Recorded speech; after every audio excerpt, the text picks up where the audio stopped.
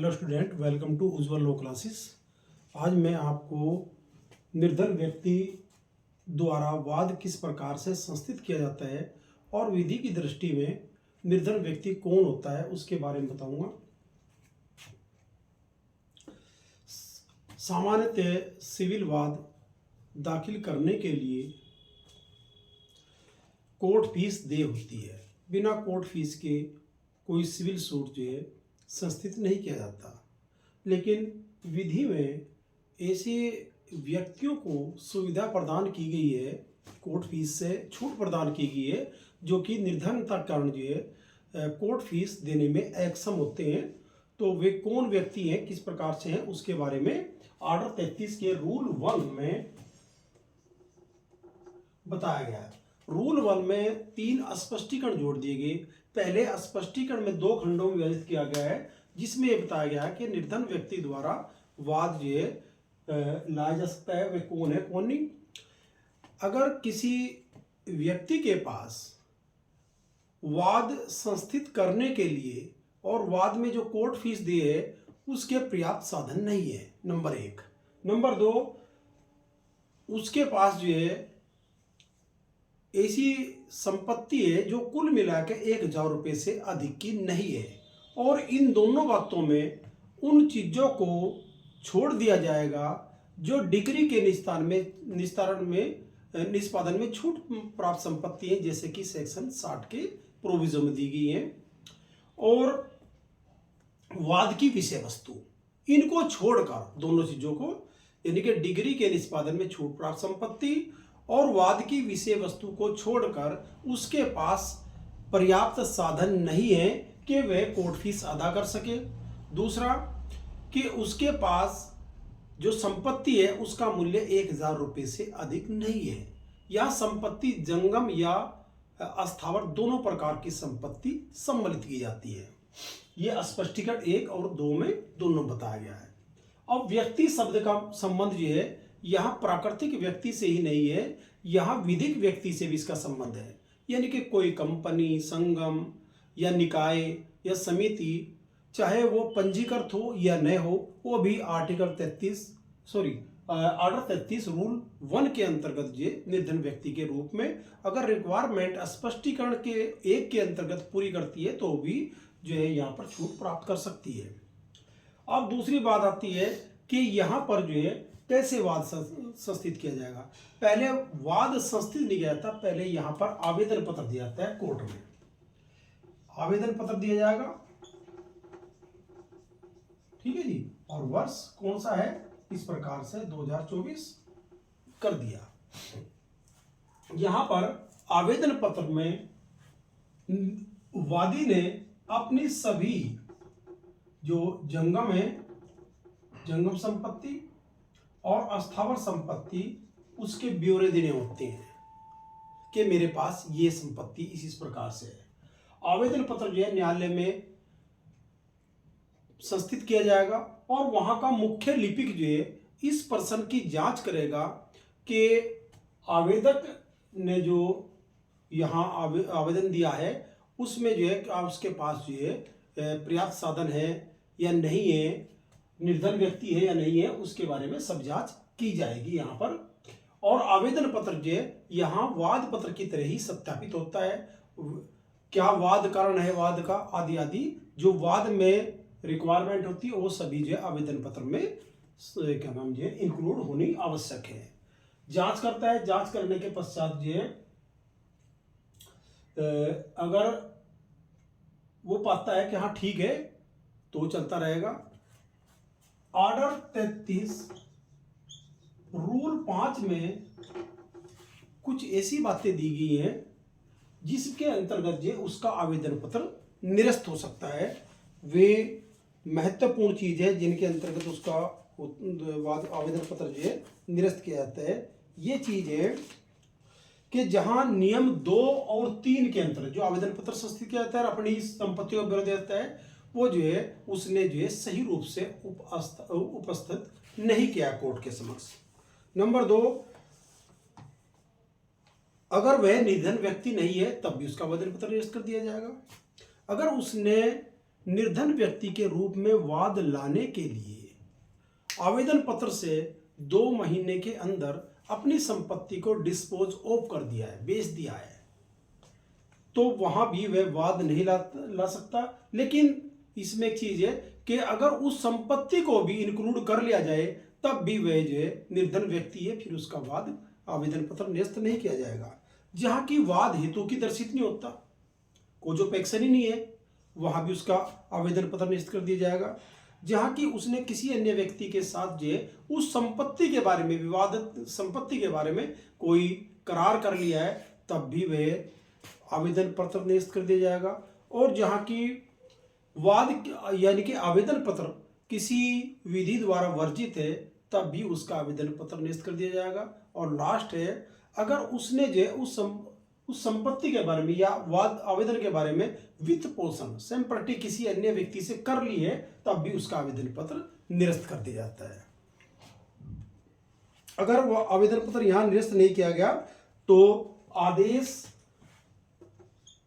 33 rule 5 के अंतर्गत जो है 8 के अंतर्गत उसका अगर सही पाया गया कि हाँ निर्धन व्यक्ति है, ऑर्डर 33 रूल 1 के स्पष्टीकरण के अंतर्गत रिक्वायरमेंट पूरी होती है और 5 के अंतर्गत जो है वह नहीं आता, तो वहां ऑर्डर 33 रूल 8 के अंतर्गत उसका आवेदन पत्र स्वीकृत कर लेता है। और आवेदन पत्र स्वीकृत करने पर यह आवेदन पत्र की जगह जो है वाद पत्र डल जाएगा और फिर जो है उस पर ऑर्डर 4 के अंतर्गत जो सांख्यांक होता है यानी कि स्याह रजिस्टर में चढ़ता है, उस पर जो है यह नंबर पड़ जाएगा और फिर वाद चालू हो जाएगा। अगर वाद निर्धन व्यक्ति के रूप में उसको अनुमति दे देगी और उसके पश्चात जो है यहां प्रतिवादी या सरकारी प्लीडर जो है न्यायालय के समक्ष आवेदन देता है कि उसका जो अनुमति दी है वो खारिज कर दी जाए, या निर्धन व्यक्ति के रूप में जो उसको यहाँ वाद चलाने की अनुमति दी गई है उसको प्रत्याहरण कर लिया जाए। तो प्रत्याहरण कहाँ करता है? ऑर्डर 33 रूल 9 के अंतर्गत यहाँ जो है प्रतिवादी या सरकारी प्लीडर जो है एप्लीकेशन देगा कि उसका आचरण ऐसा है वादी का कि वो तंग या परेशान करने वाला है, या उसने जो है किसी अन्य व्यक्ति के साथ जो है इस संपत्ति के बारे में कोई करार कर लिया है, इसीलिए जो है उसको वो कर दिया जाए। या तीसरी चीज है इसमें, एक मिनट रुको, यदि वादी ने वाद की विषय वस्तु में ऐसा करार कर लिया है जिसके अधीन किसी अन्य व्यक्ति ने इसी विषय वस्तु के हित प्राप्त कर लिया है, यदि यह प्रतीत होता है कि वादी के साधन ऐसे हैं कि उसे निर्धन व्यक्ति के रूप में वाद संस्थित नहीं करना चाहिए, तो इन 3 परिस्थितियों के अंतर्गत ये उसका जो निर्धन व्यक्ति के रूप में वाद संस्थित करने की अनुमति दी है उसको वापस कर देगा कोर्ट। लेकिन यहाँ पर 7 दिन की सूचना जो है वादी को देगा और उसकी भी जो का नाम बात है उसको सुनेगा। उसके बाद ये आता है कि अगर वादी जो है वाद में सफल हो जाता है तो कोर्ट फीस तो दे होगी। वो कोर्ट फीस किसके द्वारा दे होगी? वहां न्यायालय डिग्री में जैसा भी आदिष्ट करेगा उसके अनुसार जो कोर्ट फीस दे होगी। अगर वादी असफल हो जाता है या वहां पर वाद का प्रत्याहरण हो जाता है या वो विड्रा कर लेता है या वाद खारिज हो जाता है, तो इन परिस्थितियों में वादी को ही कोर्ट फीस जो वाद में दी थी उसकी प्रतिपूर्ति करनी पड़ेगी। अब दोनों स्थितियों में वाद डिग्री हो जाता है या वाद खारिज हो जाता है, उन परिस्थितियों में न्यायालय डिग्री या आदेश द्वारा जो कलेक्टर महोदय को लिखेगा और कलेक्टर महोदय जो इस कोर्ट फीस की वसूली करेगा। अब एक प्रश्न आता है, क्या प्रतिवादी भी निर्धन व्यक्ति के रूप में वाद ला सकता है? देखो तो डिफेंस ही करता है, लेकिन 2 ऐसी परिस्थितियां हैं जिनके अंतर्गत जो है वह ऐसा करता है।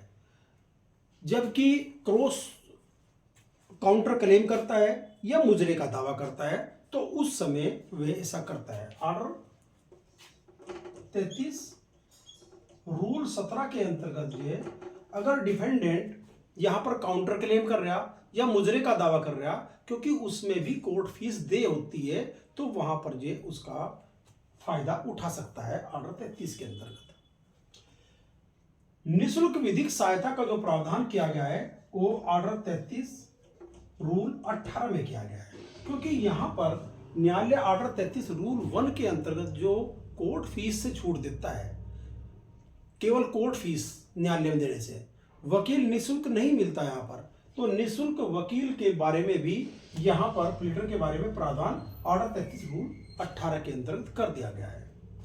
अच्छा, व्यक्ति जो आया, व्यक्ति के साथ कई वादी भी आ सकते हैं, तो कई वादियों में से क्या एक वादी ही यहाँ आवेदन पत्र संस्थित कर सकता है? हाँ, एक ही जो है वादी आवेदन पत्र संस्थित कर सकता है उन सब की ओर से भी। एक चीज और है इसमें जो बहुत महत्वपूर्ण है, अगर निर्धन व्यक्ति के रूप में आवेदन संस्थित कर दिया गया और आवेदन अभी पेंडिंग है और आवेदक की जो है मृत्यु हो जाती है, क्या उसका विधिक प्रतिनिधि भी उसको चालू रख सकता है आवेदन को? तो उसका उत्तर है नहीं चालू रख सकता। ठीक है भाई, तो ये महत्वपूर्ण चीजें हैं जो कि निर्धन व्यक्ति के रूप में वाद लाने के बारे में बताई गई है। एक ऑर्डर जो लास्ट सीपीसी में रह रहा है मेरे पे, जो मोस्ट इंपोर्टेंट है, ऑर्डर 37 है। ऑर्डर 37 जो है संक्षिप्त वादों की बात करता है।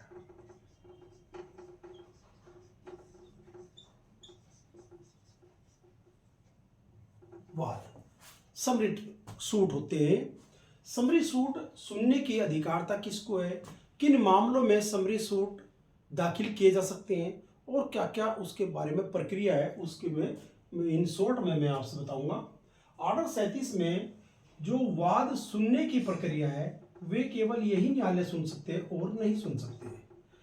हाई कोर्ट सुन सकता है, सिविल कोर्ट और एनी अदर कोर्ट।